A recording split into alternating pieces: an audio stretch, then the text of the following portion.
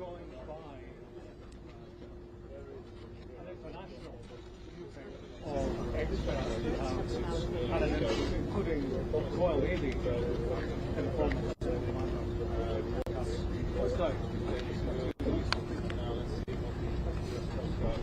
Good afternoon, everyone. Thank you for joining us today and over the past few days. This afternoon, Rear Admiral John Mauger will be providing an update on the most recent findings from ROV operations in search of the Titan submersible. He will provide a brief statement and provide the opportunity for questions after. Please limit your questions to one per outlet. Following the briefing, the Joint Information Center staff and I will be here to help you with any of your further needs. May I now please introduce Rear Admiral John Mauger.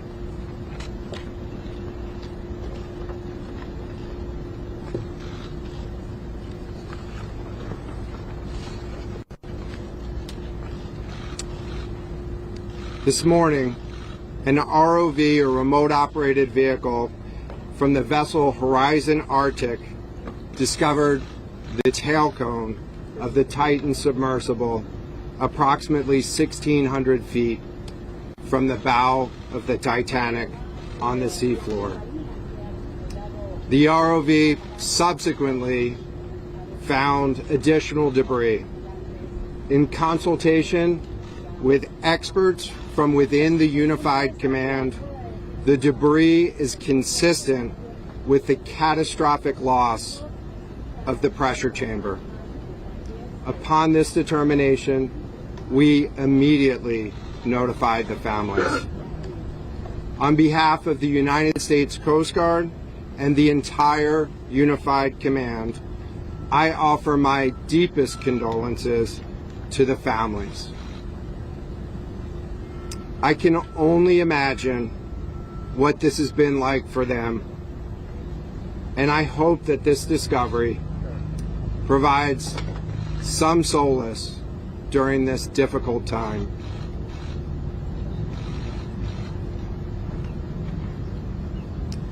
Additionally, we've been in close contact with the British and French Consuls General to ensure that they are fully apprised and that their concerns are being addressed.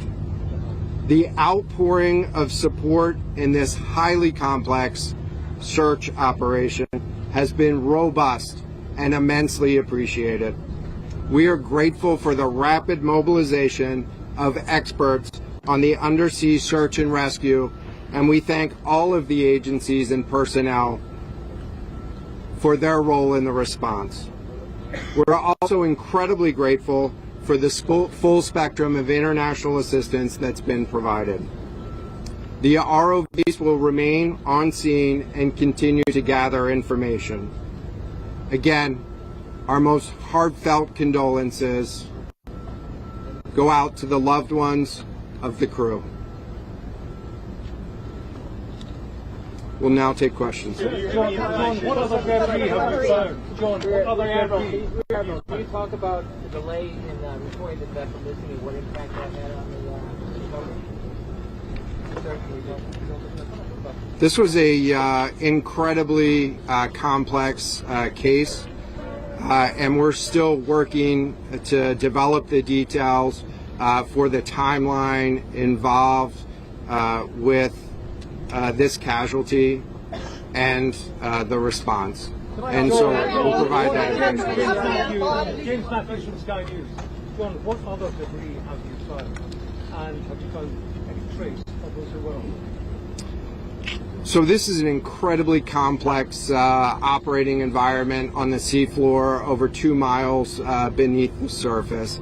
And so the remote operating vehicle has been searching, and it is highly capable. And we've been able to classify parts of the pressure chamber for the Titan submersible. Let me refer to one of my undersea experts here, Mr. Paul Hankin, to talk about the nature of some of the debris.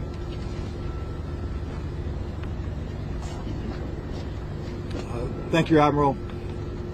So essentially we found 5 different major pieces of debris that told us that it was the remains of the Titan.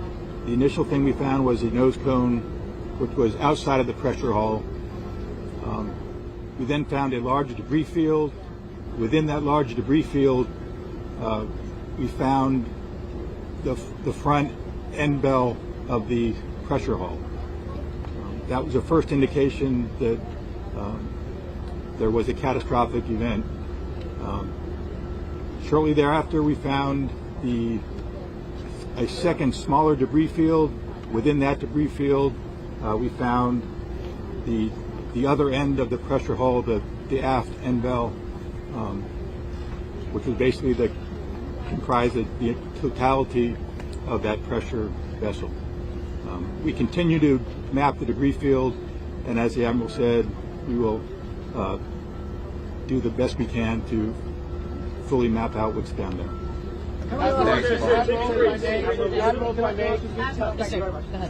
It's a very difficult question to ask, but it would be an important one for the families, of course. What are the prospects of recovering the bodies of the missing crew? So the questions was related. I'm restating the question from the standpoint of sometimes it's hard to hear the question here. What are the prospects for recovering crew members? And so this is a incredibly unforgiving environment down there on the seafloor, and the debris is consistent with a catastrophic implosion of the vessel. And so we'll continue to work and continue to search the area down there, but I don't have an answer for prospect at this time. Admiral Costello at NBC News. Sorry, any suggestion at all that the ship itself collided with the wreckage of Titanic, or that instead it might have imploded above the wreckage and then rained down nearby?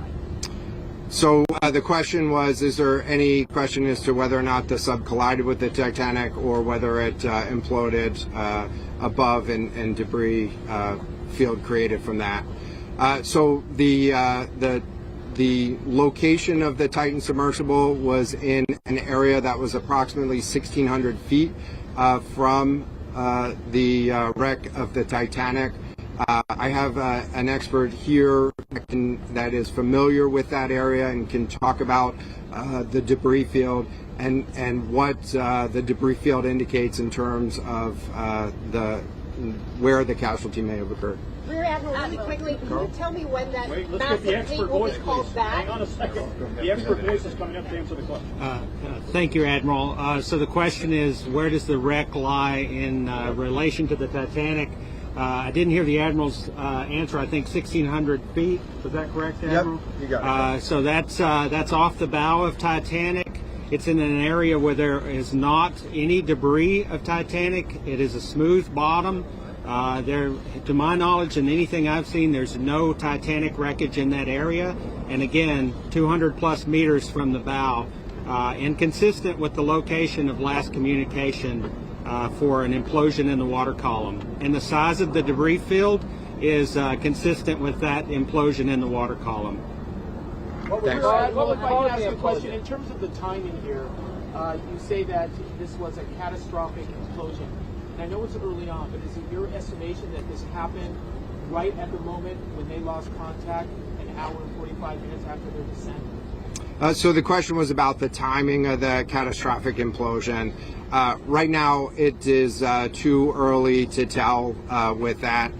We know that as we've been prosecuting this search over the course of the last 72 hours and beyond, that we've had sonar buoys in the water nearly continuously and have not detected any catastrophic events when those sonar buoys have been in the water. So, Can you describe what happens from here, sir, in the next days and weeks in terms of finding any more debris? What happens from here? So we will. The question was, what happens from here? What's the next phase? And so right now, again, our thoughts are with the families and making sure that they have an understanding as best as we can provide what happened and begin to find some closure. In terms of the large process, we're going to continue to investigate the site of the debris field. And then I know that there's also a lot of questions about how, why, and when did this happen. And so, those are questions that we will collect as much information as we can on now, while the governments are meeting and discussing, what an investigation of this nature of a casualty might look like. This is something that happened. I'll just remind everybody. This is something that happened in a remote portion of the ocean with people from several different countries around the world. And so it is a complex case to work through. But I'm confident that those questions will begin to get answered. From the UK, is there any suggestion that time factors, speed, anything could have prevented this or saved the 5 people on board, or is this quite simply a catastrophic accident? The question was there any suggestion that time factors may have played a role or a consideration in the casualty here? And so the debris field is consistent with a catastrophic implosion of the vessel. Again, while we were prosecuting the search, we had listening devices in the water throughout and did not hear any signs of catastrophic failure from those. And so we're going to continue to investigate, or we're going to continue to document the information there and understand, based on all the information we have, the timeline.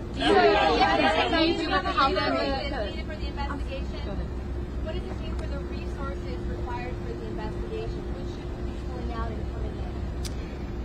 So the question was, what are the resources required for the investigation, and which ships will be pulling out and staying in? And so it's too early for me to talk about an investigation. That's a decision that's going to be taken outside of the search and efforts that I was leading. But we do have a number of vessels. We have 9 vessels on the scene right now. We had medical personnel on scene. We had other technicians on scene. And so we will begin to demobilize personnel and vessels from the scene over the course of the next 24 hours. But we're going to continue remote operations on the sea floor. And I don't have a timeline for when we would intend to stop remote operations on the seafloor at this point. Admiral, as a result of this, do you think there should be changes in the way these are safety rated or inspected so that this won't happen again? Yeah, the question was essentially about do you think that there should be changes in safety ratings or inspection for these standards? I know that there's a lot of questions about why, how, when this happened, and the members of the Unified Command, have those questions too, as professionals and experts that work in this environment. And this is an incredibly difficult and dangerous environment to work in out there.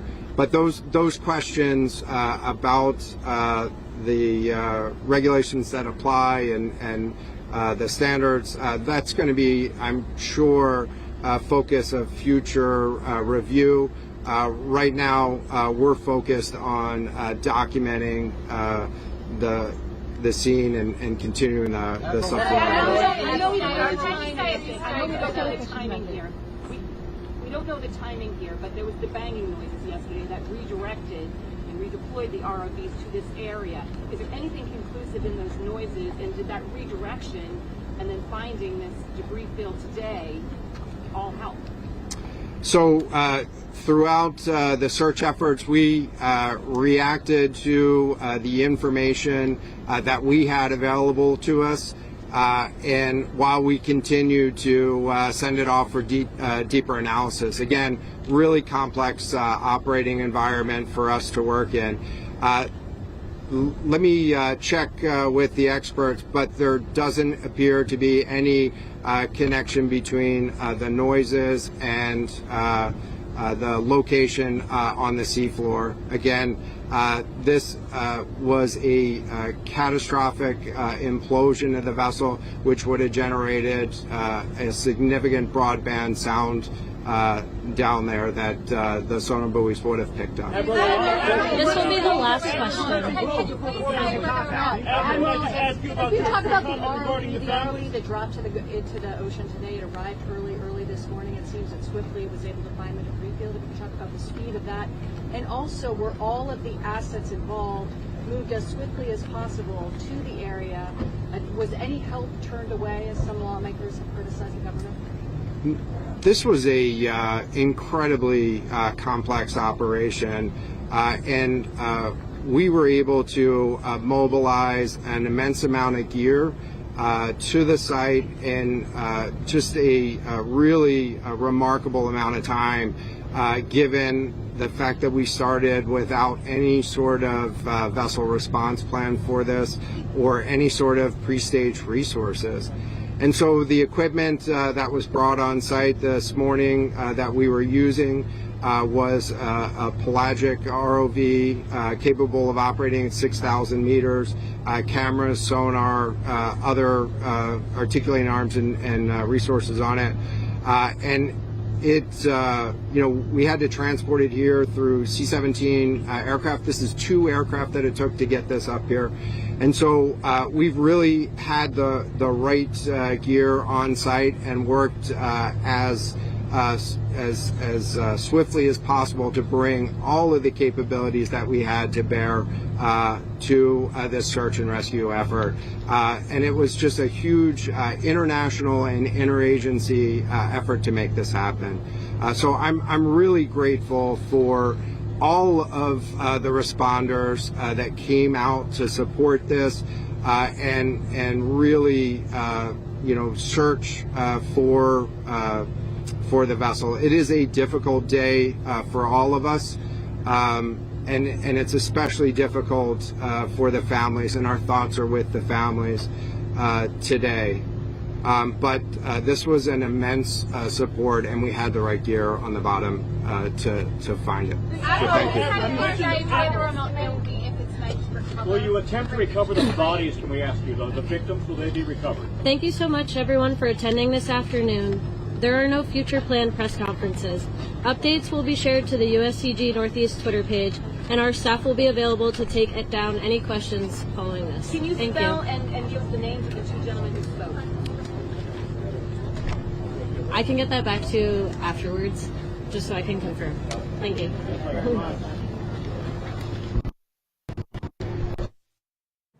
Okay, so a very heartbreaking update coming from the U.S. Coast Guard. I do want to turn to CNN if you are just now joining us. The latest information that we just received through that press conference, I should say, we do know that the 5 people that you are looking at here on your screen, they are believed to have been dead. The tour company OceanGate Expeditions said it believes the 5 passengers on board the missing Titanic-bound sub have died after debris was found earlier this morning. Again, I just want to give you all more information, kind of do a recap of what we just heard. Again, on board was a father and son duo, a wealthy explorer, a diver with decades of experience exploring the Titanic.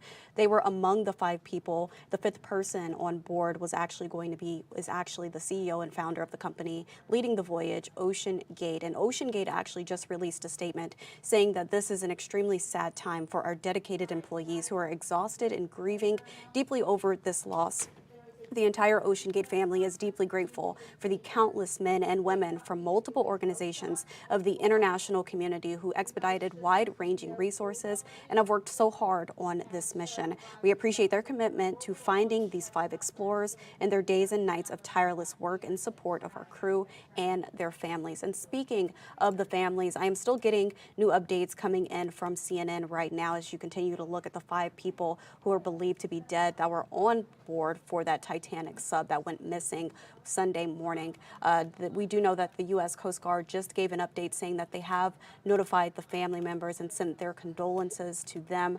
I also want to give you all some more information, just a recap of what they touched on. He also said that the debris found on the seafloor this morning was consistent with the catastrophic loss of the pressure chamber, and the RV found the tail cone of the Titan on the seafloor about 1,600 feet away from the bow of the Titanic and other debris nearby. This is all according to the U.S. Coast Guard, and the debris was analyzed by experts, he said, and the families of the passengers, like I mentioned, were notified.